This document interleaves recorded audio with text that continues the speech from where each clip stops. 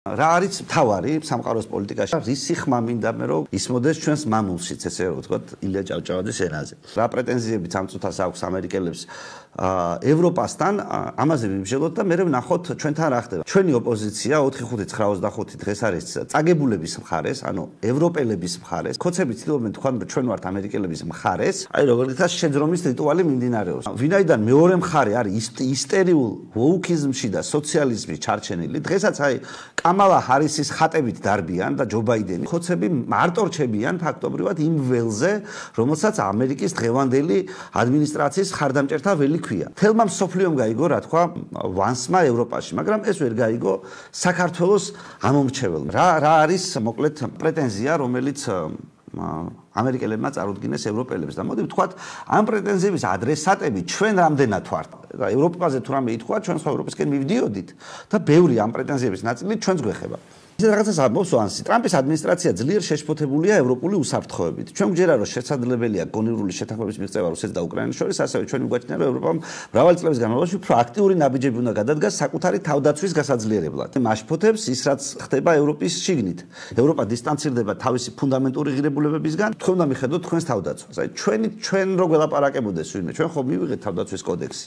ჩვენ ხო ვიცით ქართული ჯარი რა დღეშია. ჯარის გაძლიერებისკენ წავედით ეს პერიოდი თუ სინამდვილეში გენერლების მოგთამვისკენ და მათ არ ეფიქრათ ჯარზე გაძლიერებაზე და ასე შემდეგ. პრეტენზია არის ფუნდამენტური, საკუთარ თავს არ იცავთ ევროპელებო. ხართ ჩემს იმედად და თან იქცევით ჩემგან განსხვავებულად და ჩემს აწინააღმდეგოდ. ახლა დაფიქრდით, რომელი მხარე იყო ის, რომელიც დისიდენტებს ახშობდა, ეკლესიებს კეტებდა და არჩევნებს აუქმებდა. მაგრამ მადლობა ღმერთს, რომ ისინი დამარცხდნენ. ისინი დამარცხდნენ, რადგან თავისუფლების ღირებულება არ ესმოდათ. ეს პრეტენზია ჩვენს მიმართ რამდენად ლეგიტიმურია. ანუ ამ პრეტენზიის შინაარსი ის არის, რომ თქვენ არ იყავით ის, ვინც რუსეთი გააძლიერეთ. თქვენ არ იყავით ის, ვინც ნავთობს და გაზს და ასე შემდეგ ყიყიდულობდა რუსებისგან და სინამდვილეში ეხმარებოდა მათ შეიარაღებაში და თავად არ იარაღდებოდა. რატო არის ევროპა ყველაზე ბიუროკრატიული და რეგულირებული? სინამდვილეში ამ ბიუროკრატიით და რეგულირებებით მოხდა ის, რომ მთავრობამ დაიწყო რომ ადამიანების შეცდომებთან ბრძოლა, რომ თქვენ შეცდომებს უშვებთ, ადამიანების შეცდომებს უშვებენ, ამიტომ შევზღუდოთ შეცდომების დაშვების უფლება. ჩვენ შემთხვევაში ხო იგივეა, აი შრომის ინსპექციიდან დაწყებული სხვადასხვა დაწესებულების რეგულირებამდე. ეს ხო ყველაფერი თავისი შინაარსით იყო შეცდომების დაშვების წინააღმდეგ ბრძოლა.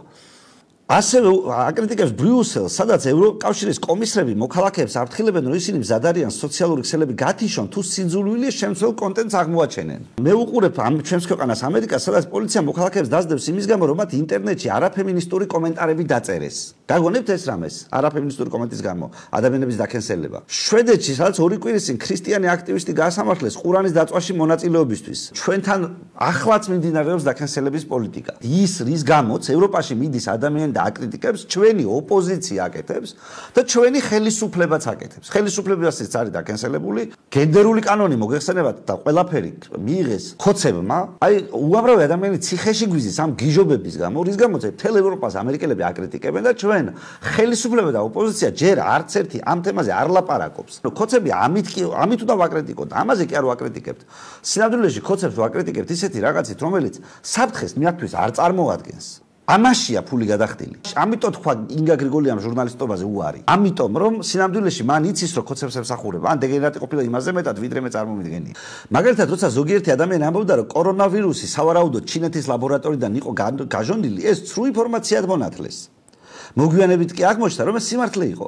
გახსოვთ ეს რამეს, აი დარჩით სახში რო იყო საქართველოში, ლაპარაკი რო იკრძალებოდა. აი ზუსტად ამის გამო აკრიტიკებს ადამიანი ევროპელებს.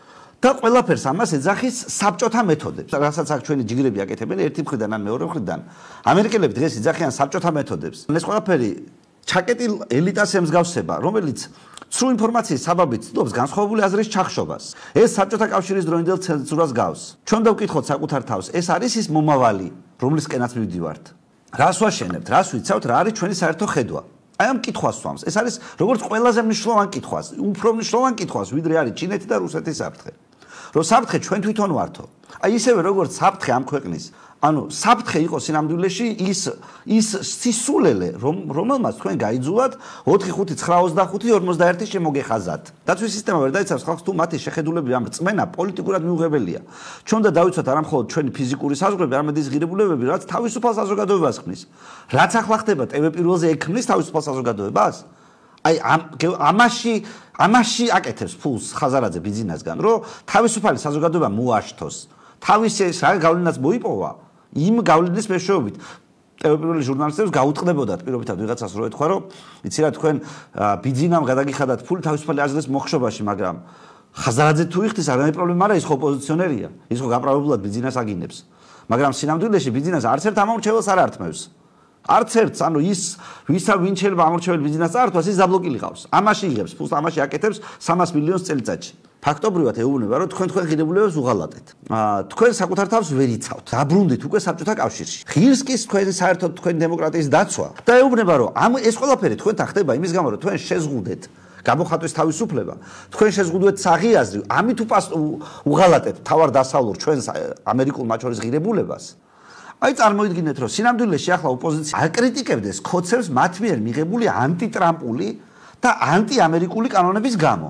ამის ნაცვლად რა შვებიან? მხარს უჭერენ ევროპელების, აი ისტერიკაში მყოფი ამ ევროპელების, რომელიც აი ამ დარტყმებს ღებულობენ ამერიკელებისგან პოზიციებს და ქოცევს აძლევენ იმ უპირატესობას, რომ ვითომ ქოცები იყვნენ ამერიკელების მხარეს. და სინამდვილეში ქოცების მიღებულია ყველა ეს კანონი. ქოცებს უნდა ურტყამდნენ ყოველდღიურად გამოხატვის თავისუფლების შეზღუდვის კანონებს. ჯარის გაბანძების და გაფარჩაკების კანონებს ფიზიკურად და იმ დანარჩენ საგიჟეთებს, რომელიც ქვეყანაში მოწყობილია და რომელიც აქ იყო. ნუ შეგეშინდებათ საკუთარი თქვენი ხალხის. ან ამას ეუბნება ევროპელებს, აი დემოკრატიის აკვანს ეუბნება ამერიკელები.